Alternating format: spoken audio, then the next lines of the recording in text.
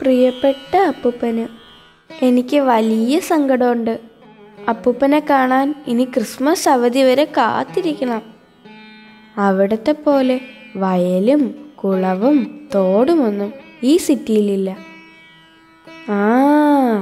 അപ്പൂപ്പൻ്റെ കൊച്ചു സുന്ദരിമാരെ ഞാൻ ഇവിടെയൊക്കെ നോക്കി, പക്ഷേ അധികം ഒന്നും കണ്ടില്ല. വഴിയിലൊക്കെ കുത്തിയിരിക്കുന്നു എന്നും പറഞ്ഞ് അമ്മയുടെ നിന്ന് നല്ല വഴക്കും കിട്ടി. അപ്പൂപ്പൻ പറഞ്ഞത് എത്ര സത്യമാണ്. നമുക്ക് ചുറ്റുമുള്ള വലിയ കാഴ്ചകൾ മാത്രമാണ് നമ്മളെപ്പോഴും കാണുന്നത്. ചുറ്റുമുള്ള കൊച്ചു കൊച്ചു പൂക്കളെയും ചെടികളെയും ഒന്നും നമ്മൾ ശ്രദ്ധിക്കാറേയില്ല. ഞാൻ കണ്ട കുഞ്ഞു പൂക്കളുടെ പേരൊന്നും എനിക്കറിയില്ല. അപ്പൂപ്പൻ അവിടെ വെച്ച് കാട്ടിത്തന്ന പൂക്കളെ എനിക്ക് മനസ്സിലായി. പൂവാങ്കുരുന്ന്, പെൻഡോസ, സിഡ, പിന്നെ അപ്പൂപ്പൻ കാട്ടാത്ത കുറേ ചെടികൾ. എല്ലാറ്റിലും കൊച്ചു കൊച്ചു പൂക്കളുണ്ട്. അപ്പൂപ്പൻ പറയും പോലെ കൊച്ചു സുന്ദരിമാർ. തുളസിപ്പൂവിൻ്റെ മണം എനിക്കിഷ്ടമാണ്. അപ്പൂപ്പൻ്റെ പറമ്പിലെ സർപ്പക്കാവിൻ്റെ മണം. ചില പൂക്കൾ തീരെ ചെറുതാണ്, പക്ഷേ നല്ല നിറമുണ്ട്. എനിക്ക് അതിശയം തോന്നി. ഈ കുഞ്ഞു പൂക്കളൊക്കെ എനിക്ക് ചുറ്റും ഉണ്ടായിട്ടും ഞാൻ എന്തേ ഇവയൊക്കെ ശ്രദ്ധിച്ചില്ല? അപ്പൂപ്പൻ എന്താ ഈ കുഞ്ഞു പൂക്കളെ മാത്രം ഇത്രേ ഇഷ്ടം? എനിക്കറിയാം. അച്ഛൻ പറഞ്ഞല്ലോ അമ്മൂമ്മയ്ക്ക് ഏറ്റവും ഇഷ്ടം ഈ കുഞ്ഞു പൂക്കളായിരുന്നു എന്ന്. എനിക്ക് ഏറ്റവും ഇഷ്ടം തൊട്ടാവാടിയുടെ പൂ തന്നെ, പിന്നെ തുമ്പപ്പൂവും. അപ്പൂപ്പൻ പറഞ്ഞത് ഞാൻ എപ്പോഴും ഓർക്കും.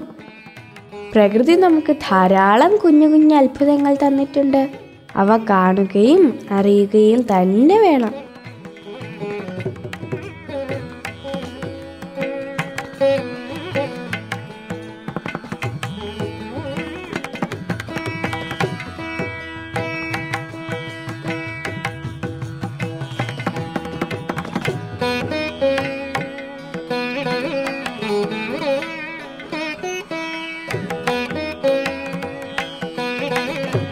ഇനി മുതൽ ഞാൻ അപ്പൂപ്പനെ പോലെ ചെടികൾ നട്ടു വളർത്താൻ തീരുമാനിച്ചു.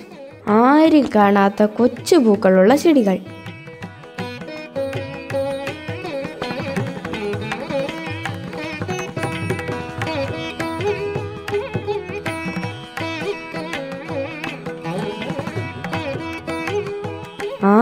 പിന്നെ അമ്മൂമ്മ ഇന്നലെ എൻ്റെ സ്വപ്നത്തിൽ വന്നിരുന്നു.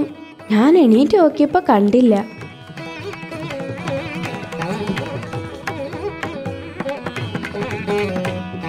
അമ്മൂമ്മയുടെ പ്രിയപ്പെട്ട തഴുതാമ എനിക്ക് തന്നിട്ട് പോയി.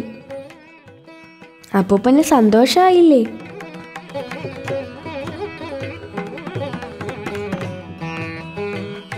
ക്രിസ്മസ് അവധിക്ക് ഇനിയും കാണാം.